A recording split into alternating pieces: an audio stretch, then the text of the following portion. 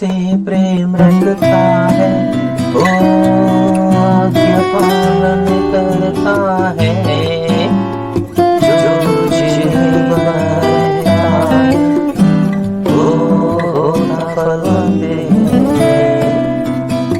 तेरे नाम से जो कुछ मांगे पिता उन्हें देता है, जो तेरी गवाही देता है उसके तो संग रहता है। यीशु तो सदा जीवित है, तेरे संग में भी सदा जीवित हो।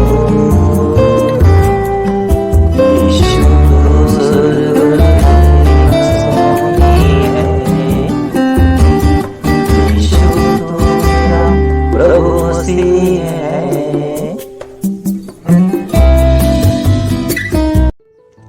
सृष्टिकर्ता, सर्वशक्तिमान, सर्वाधिकारी, परम पवित्र तेजोमय परमेश्वर पिता का, राजाओं का राजा, प्रभु का प्रभु, ईश्वर का ईश्वर, प्रभु यीशु मसीह के नाम से मैं स्तुति और धन्यवाद करता हूँ। और आज के इस दिन और समय के लिए भी मैं स्तुति धन्यवाद करता हूँ। और आप सबों को जो आप प्रभु यीशु मसीह के नाम में बुलाए हुए, चुने हुए और विश्वासी हैं, राजाओं का राजा, प्रभुओं का प्रभु, ईश्वर का ईश्वर, प्रभु यीशु मसीह के नाम में आप लोग को शांति और जय प्राप्त होता रहे। तो मैं आप लोग से जो ये स्वागत शब्द कह रहा हूँ, ये कोई विचित्र बात नहीं कह रहा हूँ। परमेश्वर की ओर से जो आप लोग के लिए है वही मैं कह रहा हूँ। यूहन्ना 14:27 प्रकाशित वाक्य 17:14 आप पढ़ेंगे तो जानेंगे ये वचन आप लोग के लिए है। जब हम शालोम कहते हैं तो शालोम का मतलब यही है, आप लोग को शांति मिले, शांति मिलती रहे। प्रभु यीशु मसीह के जी उठने के बाद अपने लोगों से जो प्रभु यीशु मसीह ने पहला संबोधन किए वही है शालोम। और एबनेजरी जब हम कहते हैं, यहाँ तक परमेश्वर ने हमारी सहायता की, हमें जय दिया, तो यही बात तो है प्रकाशित वाक्य के 17:14 में। तो मैं dear friends, brothers and sisters, आप लोगों से मैं आप लोग के सामने इस रिजरेक्शन टाइटल के माध्यम से अब मैं संदेश लाता रहूँगा। इस में प्रश्नोत्तर होंगे और समस्या का समाधान होगा। कुछ रियल टॉपिक्स भी होंगे जो आत्मिक जीवन से और बाइबल से संबंधित होंगे। और आप लोग के जीवन में कोई प्रश्न हो, आप लोग के जीवन में कोई प्रश्न हो जिसका उत्तर जानना चाहते हो, आप लोग के जीवन में कोई समस्याएं हो जिसका समाधान चाहते हो, बाइबल से संबंधित कोई प्रश्न आप लोग के जहन में हो जिसका उत्तर आपको ना मिला हो, तो आप कमेंट कर बता सकते हैं। मैं प्रयास करूंगा कि आप जिस अंश पर संदेश चाहते हैं मैं उसे इस रिजेक्शन टाइटल के माध्यम से मैं यूट्यूब में अपलोड कर आप लोगों तक पहुंचा सकूं।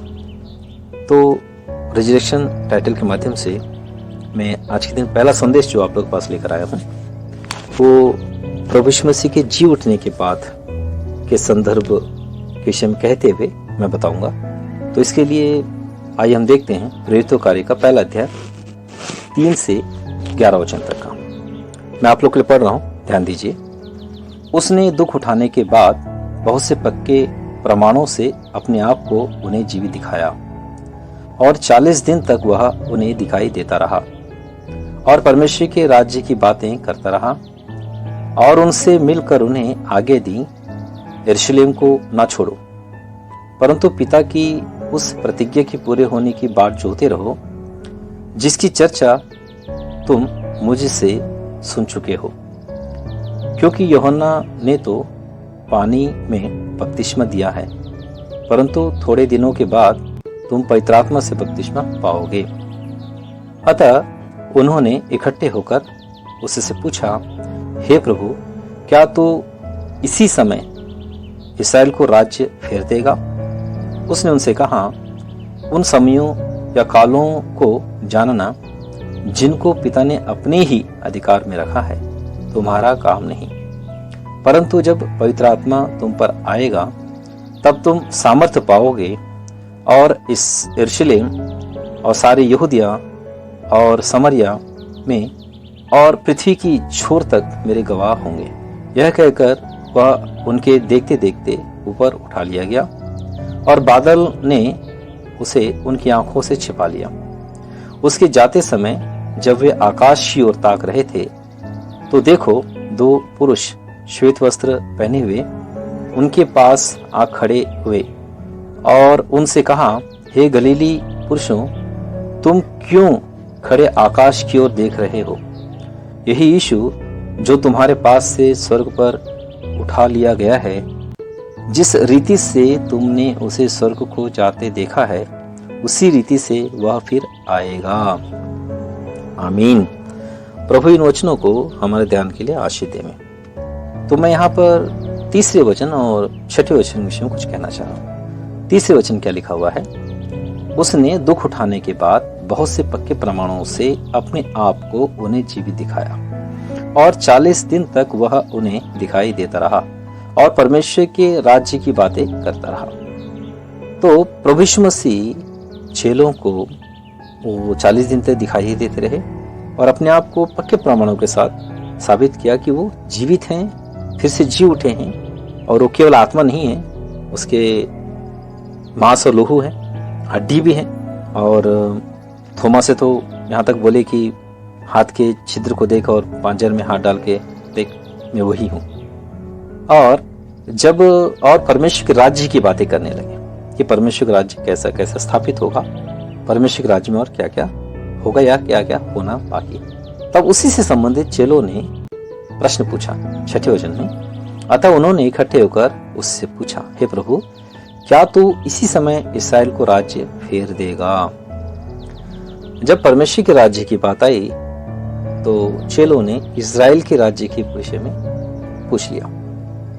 उन्होंने इसलिए पूछा क्योंकि इस्राएली जो हैं परमेश्वर के चुने हुए लोग हैं। परमेश्वर इस्राएलियों को अपना जेठा कहता है और इस्राएली परमेश्वर के चुनी हुई प्रजा हैं और एक राष्ट्र होने के लिए वो बुलाए गए। और जब एक राष्ट्र हो गए तो परमेश्वर ने उन्हें एक संविधान भी दिया, व्यवस्था की पुस्तक दी और उसके अनुसार उन्हें जीने और व्यवहार करने के लिए आज्ञा दी। पर परमेश्वर ने जो प्रावधान ठहराया कि जो आज्ञा पालन करेंगे उन्हें आशीष मिलेगी, जो आज्ञा पालन नहीं करेंगे उन्हें ताड़ना मिलेगी। तो आशीष पाए हुए लोग भी इस्राएलियों में रहे और ताड़ना पाए हुए में भी रहा। उसी ताड़ना के तहत वे कभी असुर के गुलाम हुए तो कभी बेबीलोन के, तो बाद के दिनों में मादी फारिसी के और फिर ग्रीक साम्राज्य के, और वर्तमान समय में जब प्रभु यीशु मसीह से वो बात कर रहे थे रोमी साम्राज्य के अंडर में वो थे।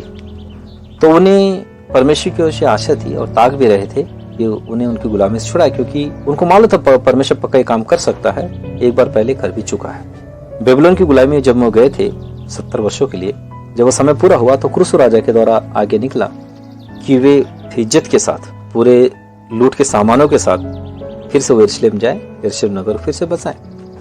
इसके लिए इजराइल ने कोई मेहनत नहीं की, पर वो चक्रवर्ती सम्राट के आज्ञा के कारण उन्हें वो बाइज्जत इज्जत के साथ जाने का अवसर मिला। तो उस बात को समझते थे वो, इसीलिए प्रभु यीशु मसीह से पूछे, क्या अभी भी वैसे ही होने वाला है? आप राष्ट्र फेर देंगे? ध्यान दीजिए इस बात को। प्रभु यीशु मसीह ने तीसरे वचन में क्या कहा? परमेश्वर के राज्य की बातें कहा, इस्राएल के राष्ट्र की बातें नहीं। चेले इस बात को नहीं समझे और वो इस्राएल राष्ट्र की बात कह दिए। तो प्रभु यीशु मसीह ने उनकी उन प्रश्नों का उत्तर इस रीति से दिया। क्या कहा उसने? 7वां वचन, उसने उनसे कहा, उन समयों या कालों को जानना जिनको पिता ने अपने ही अधिकार में रखा है, तुम्हारा काम नहीं। 8वें वचन में प्रभु यीशु मसीह क्या कहा? परंतु जब पवित्र आत्मा तुम पर आएगा तब तुम सामर्थ्य पाओगे और यरूशलेम और सारे यहूदिया और समरिया में और पृथ्वी की छोर तक मेरे गवाह होंगे। प्रभु यीशु मसीह इस ओर दिशा दिखाया। प्रभु यीशु मसीह के जो चेले थे वो इज़राइल राष्ट्र की ओर अपना मुख किए हुए थे, जो भौतिक साम्राज्य भी था। पर प्रभु यीशु मसीह उनके मुख को परमेश्वर के राज्य की ओर फेरे और परमेश्वर के राज्य की स्थापना और उन्नति के लिए उन्हें क्या करना चाहिए उन बातों को बताए। स्वर्ग से सामर्थ्य उन्हें मिलेगा, पवित्र आत्मा उन पर उतरेगा, उसके बाद उन लोगों को वो काम करना था। तो प्रिय भाइयों बहनों और मित्रों, मेरा आप लोगों से एक छोटा सा प्रश्न है कि आप लोगों को ये सुधी है कि परमेश्वर का राज्य एक है और परमेश्वर के राज्य के विषय में प्रभु यीशु मसीह ने कुछ कहा भी है। आइए हम देखते हैं लूका रचित सुसमाचार 17 अध्याय का 20वां वचन। क्या लिखा है यहाँ पर? जब फरीसियों ने उससे पूछा कि परमेश्वर का राज्य कब आएगा, तो उसने उनको उत्तर दिया, परमेश्वर का राज्य दृश्य रूप में नहीं आता और लोग यह न कहेंगे देखो यहाँ है या वहाँ है, क्योंकि देखो परमेश्वर का राज्य तुम्हारे बीच में है। देखिए यहाँ पर इस वचन के माध्यम से प्रभु यीशु मसीह उनसे क्या कहना चाहा। परमेश्वर की एक राज्य है, तो परमेश्वर का राज्य जहाँ होगा उसे कैसे पहचानेंगे? वो प्रकट में नहीं होगा, वो अदृश्य में होगा, पर उसकी पहचान होगी। जैसे हवा है तो कौन सा हवा है? ऐसे कुछ कुछ जो हवा है जिसे हम मनुष्य भी पहचानते हैं। जब हम अच्छी रीति से सांस ले पाते हैं तो जानते हैं कि ऑक्सीजन है, हवा में ऑक्सीजन है। जब दम घुटे ऑक्सीजन के अलावा और कोई दूसरा हवा भी होगा, मतलब गैस होगा। तो कुछ ऐसी बातें हैं जो हम चेक कर जानते हैं और जिसे एहसास कर सकते हैं। तो मेरा कहना यहाँ पर यह है, उसके एहसास जब करेंगे तो उसकी गहराइयों को जानेंगे। क्या परमेश्वर के राज्य की बातों को आप समझते हैं? तो परमेश्वर के राज्य की बातों को समझने की आवश्यकता है। इसे हल्के में लेंगे या इसे अपने मर्जी से कोई डेफिनेशन बनाकर समझना चाहेंगे तो चूक जाएंगे, क्योंकि हर वस्तु के लिए पैमाना परमेश्वर ठहराता है, अर्थ परमेश्वर ठहराता है। तो ऐसे समय में परमेश्वर ने जिस विषय के लिए जो अर्थ ठहराया है उसे परमेश्वर की आत्मा को ही समझाने दो, पवित्र आत्मा को ही समझाने दो। तो परमेश्वर के राज्य का डेफिनेशन है क्या? क्या आप लोग नहीं चाहते कि परमेश्वर के राज्य में आप शामिल हो, या परमेश्वर के राज्य में आप रहें, या परमेश्वर आप पर राज्य करता है करके आपको पता चले? मैं तो पक्का कह सकता हूँ आप लोग का दिल यही चाहता होगा। परमेश्वर के राज्य के विषय में और परमेश्वर वचन क्या लिखा हुआ है? यूहन्ना 3:3। यीशु ने उसको उत्तर दिया, मैं तुझसे सच सच कहता हूँ, यदि कोई नए सिरे से ना जन्मे तो परमेश्वर का राज्य देख नहीं सकता। और 3:5 में यीशु ने उत्तर दिया, मैं तुमसे सच सच कहता हूँ, जब तक कोई मनुष्य जल और आत्मा से ना जन्मे तो वह परमेश्वर के राज्य में प्रवेश नहीं कर सकता। तो और एक वचन में पढ़कर साथ में इन वचनों का अर्थ बता दूं। मत्ती 4:17। उस समय से यीशु ने प्रचार करना और यह कहना आरंभ किया, मन फिराओ क्योंकि स्वर्ग का राज्य निकट है। ध्यान दीजिए इस बात को, इन वचनों पर ध्यान दीजिए। यदि परमेश्वर के राज्य को देखना है तो उसके लिए नए सिरे से जन्म लेने की आवश्यकता है। यदि परमेश्वर के राज्य में प्रवेश होना है तो आत्मा से और जल से जन्म लेने की आवश्यकता है। और स्वर्ग के राज्य में प्रवेश करना है, जरा सोचिए इस बात को। परमेश्वर के राज्य में प्रवेश करना है, पर स्वर्ग के राज्य में प्रवेश करना है या स्वर्ग का राज्य खुद में प्रवेश करना है? क्योंकि स्वर्ग के राज्य के विषय में यह नहीं कहा गया कि जल और आत्मा से आपको जन्म लेना होगा, पर वहां यह कहा गया कि मन फिराना होगा।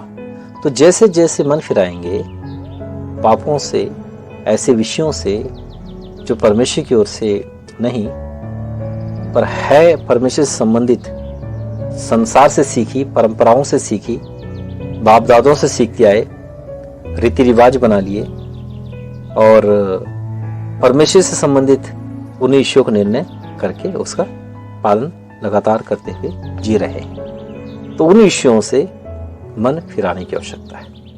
मन फिराव एक साथ नहीं होता। परमेश्वर आपको बुलाहट दिया हो, परमेश्वर आपको चुन लिया हो, आप परमेश्वर पर विश्वास करते हो, आप बुलाए हुए, चुने हुए और विश्वासी हो सकते हैं, पर उसके बावजूद भी आप किस लिए बुलाए गए हैं, उस बुलाहट के योग्य आपको बनना होगा, उसके फल को आपको हासिल करना होगा। आप चुने गए हैं तो किस लिए चुने गए हैं आपको जानना होगा, और उस चुनाव के योग्य बनना होगा, उस चुनाव के वस्तु को हासिल करना होगा। और आप विश्वासी है, परमेश्वर पर विश्वास करते हैं, तो आप सचमुच में परमेश्वर की दृष्टि में आपको विश्वास योग्य ठहरना होगा। हाँ, यहाँ पर विश्वासी कहने से ऐसा लगता है कि सब विश्वास तो सब करते हैं परमेश्वर पर, कोई भी कहता है कि हम विश्वास करते हैं, पर यहाँ पर मैं इसका सही डेफिनेशन बता दूं, ये विश्वासी नहीं, विश्वास योग्य है। मतलब परमेश्वर के प्रति आपको विश्वास योग्य ठहरना होगा। आप बुलाए गए हैं, चुने गए हैं, तो आपकी बुलाहट में, आपको चुनाव में आप खरा उतरना है, परमेश्वर के प्रति आपको विश्वास योग्य ठहरना है। ऐसा आपको जीवन यापन करना है कि परमेश्वर आप पर विश्वास करे। कब करेगा विश्वास? सोचिए इस बात को। जैसे मैं एक एग्जांपल दूं, यदि मैं अपने किसी परिचित से कहूं, मेरे उस मित्र को मेरी ये बात पहुंचा देना, बहुत दिन हो गए उससे मैं मिल नहीं पा रहा हूं, फोन में कांटेक्ट नहीं हो पा रहा है, तो ऐसे समय में मैं 1-2 दिन बाद उस परिचित व्यक्ति से कहूं, क्या मेरे मित्र से आप मिले, आपने मेरी उस बात को पहुंचा दी, तो हाँ यदि कहता है तो मेरा विश्वास उस पर बनेगा। अगली बार मैं उसे कुछ और बताने के लिए मैं भरोसा रख सकता हूँ, क्योंकि एक बार मैंने उसे कहा था, उसने पूरा किया। अगर वो टाल मटोल करने लगे, भूल गया या अगली बार गया नहीं, जाऊंगा तो ऐसा अगर वर्ड कहे, तो क्या मेरा भरोसा उस पर होगा? क्या अगली बार मैं उस व्यक्ति पर विश्वास कर पाऊंगा? तो ये एक व्यक्तिगत व्यवहार का विषय है। आप परमेश्वर से, प्रभु यीशु मसीह के नाम में कितना व्यक्तिगत होते हैं, कितना उसे रिस्पेक्ट देते हैं, उसकी कही बातों का आप कितना सीरियसली लेते हैं, पालन करते हैं, उस पर आधारित है कि परमेश्वर की दृष्टि में आप प्रभु यीशु मसीह के नाम में कितना विश्वास योग्य ठहरेंगे।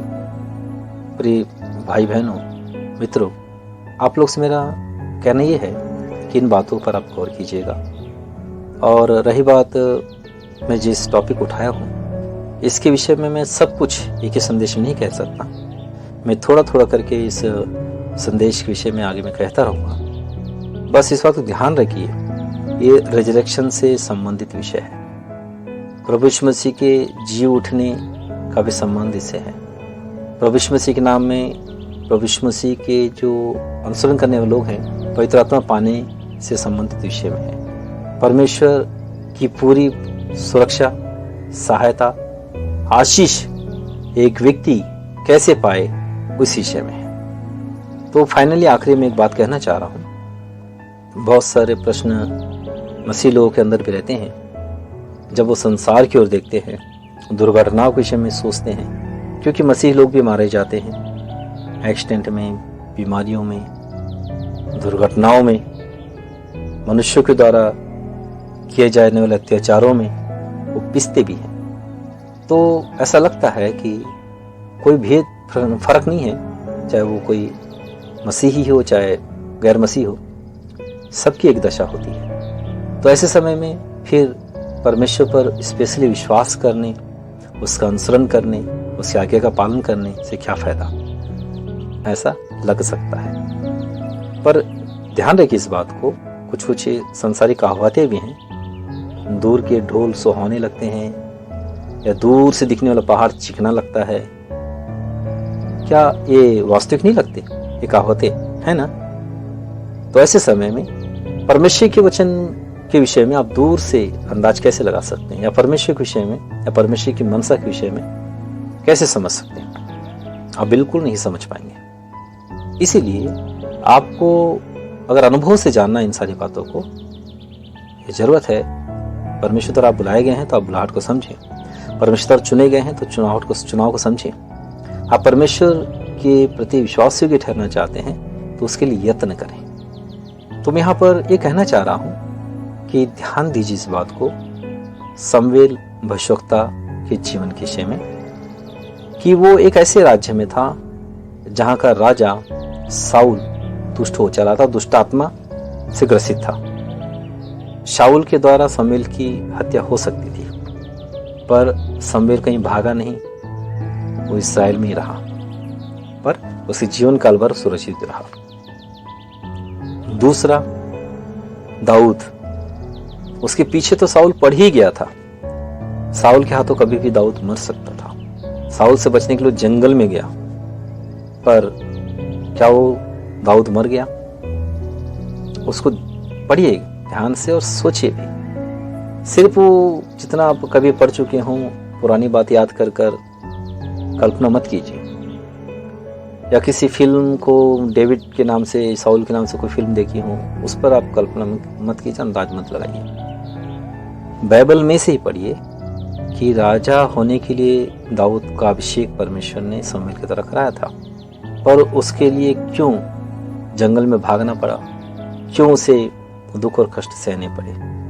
वो परमेश्वर को चुना हुआ पात्र था। उसके जीवन काल में बहुत सी परीक्षाओं का सामना उसने किया, पर ध्यान दीजिए इस बात को कि दाऊद जितने युद्ध लड़ा, शायद 62 कुछ युद्ध उसने लड़ा, सारे के सारे युद्ध में वो जीत पाया। क्या इस बात को सोच पाएंगे? कोई ऐसा राजा हो कोई एक भी जंग ना हारा हो, तो दाऊद एक ऐसा राजा है जो एक भी जंग नहीं हारा। और एलिया और एलिशा, उनके जीवन की सोचिए, वो कैसे राज्य में था। एक ऐसा राज्य, दुष्ट राजा जो आहाब, इस्राएल का राजा, उसकी एक ऐसी पत्नी, दुष्ट पत्नी इजेबेल, जो अंधकार की शक्तियों के उपासक, बाल के उपासकों के लगभग 850 उपासकों को पालती थी और वो यहोवा के उपासकों के खिलाफ थी। पर उनके राज्यकाल में वो या उनके सैनिक में से कोई ना एलिया को टच कर सका, ना एलिशा को टच कर सका। उनके जीवन काल भर वो सुरक्षित रहे भी, और जब जब परमेश्वर ने कहा ये कर, वो खुलकर करे भी। उनके जीवन को ध्यान से आप देखिए, बहुत नजदीक जाकर उसे समझने का प्रयास कीजिए कि उनकी सुरक्षा कैसी हुई। ये मत सोचिए वो इक्के दुक्के लोग थे करके। याद रखिए इस बात को कि जब परमेश्वर ने इजरायलियों को बुलाया था सीनै पर्वत पर, सबको बुलाया था कि परमेश्वर का वाणी सुने, पर इजरायलियों ने क्या कहा? हे मूसा, तू ही बात कर यहोवा से, हम उसका स्वर नहीं सुन सकते, नहीं तो हम मर जाएंगे। ये वो ही अपने आप को अयोग्य ठहराए, पीछे हटे।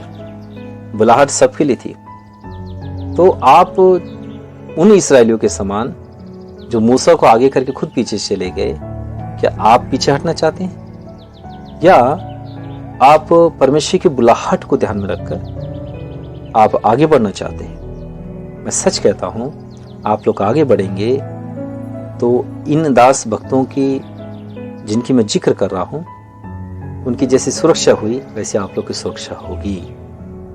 मैं आमीन कहता हूं। और एक बात मैं कह दूं, यूहन्ना प्रभु यीशु मसीह के चेलों में से एक, वो पूरी आयुष का होकर ही मरा। रोमी साम्राज्य के दिनों में उसे मारने के लिए तेल की कढ़ाई में डाला गया। बहुत बड़ी बड़ी कढ़ाइयाँ होती थी, मैं उसका भी जिक्र नहीं कर रहा हूँ। तेल खौलते हुए तेल में डाला गया, वो उसमें से चलकर बाहर निकला। शद्रक, मेशक, अबेदनगो जैसे आग में जले नहीं, वो तेल में फ्राई हुआ नहीं। और उसे जहर खिलाया गया, वो मरा नहीं। सिंहों के माद में दानियल जैसे जीवित रहा, वैसे वो जहर खिलाए जाने पर भी जीवित रहा। तब वो रोमी साम्राज्य के सम्राट डर कर, उसे ना मार सकने के कारण घबरा कर उसे पतमस नामक एक टापू में डाल दिए, जहाँ ना खाना पीना था कि रह कर वो मर जाए। एक रीति से वो उनके राज्य से बाहर निकाल दिए। देश निकाला सजा या काला पानी की सजा। जिनसे निपट नहीं सकते उनको वहां डाल दो तो धीरे धीरे मर जाएंगे, हमारे कामों में दखल भी देने के लिए हमारे पास होंगे नहीं। ऐसा उनका विचार था। तो मिथिन नामों को गिना दिया। ये सब लोग भी साधारण लोग ही थे। और पुराने नियम में अब्राहम, इसहाक, याकूब के दिनों में भी परमेश्वर कैसे उनकी रक्षा करता रहा, भजन शतक पुस्तक में भी आप पढ़कर जान सकते हैं।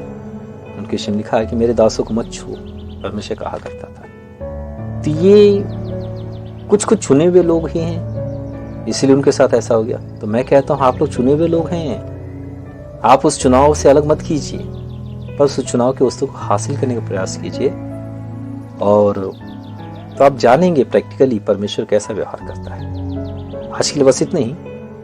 मैं इन बातों को अगले संदेश में डिटेल करूँगा, या इन बातों को और बढ़ाऊँगा। मैं चाहता हूँ कि इन विषयों में मैं लगातार कहूँ, जब तक इस टॉपिक से संबंधित सारी बातों को या कुछ मुख्य बातों को जो प्रभु ने मेरे कहने के लिए दिए हैं मैं कहूँ। प्रभु आप सबों को इन वचनों के अनुसार आशीष देवें, पवित्र आत्मा परमेश्वर आप लोगों के साथ रहे। स्वर्गीय पिता का प्रेम आप लोग को आकर्षित कर रखें इन विषयों में कि इसके आप भागी हो, अनुभव से इन बातों को जाने, और वर्तमान युग में जो भी बाहर कलह हैं, लोगों का सताव हो, चाहे दुर्घटना का भय हो, बीमारियों का भय हो, वायरस का भय, इससे आप मुक्त हो जाएंगे, और परमेश्वर की सुरक्षा आप लोग के लिए 100% लागू हो जाएगी। मैं चाहता हूं कि आप लोग परमेश्वर के राज्य के दायरे में